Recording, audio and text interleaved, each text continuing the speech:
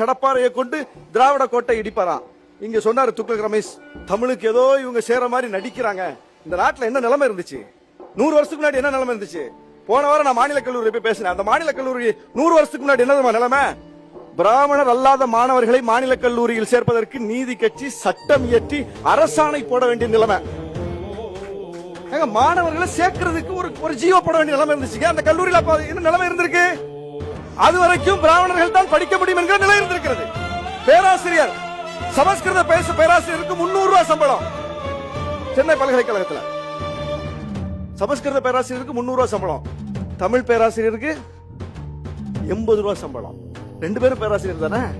அது என்ன சமஸ்கிருதத்துக்கு கும்பு முளைச்சிருக்கா? இதை யார் மாத்தினா? இத எந்த கடப்பாறை மாத்திச்சா? இந்த கோட்டை மாத்திச்சா? இத கடப்பாறை வந்து மாத்தல. இத கடப்பாறை வந்து மாத்தல. நீ சொல்ற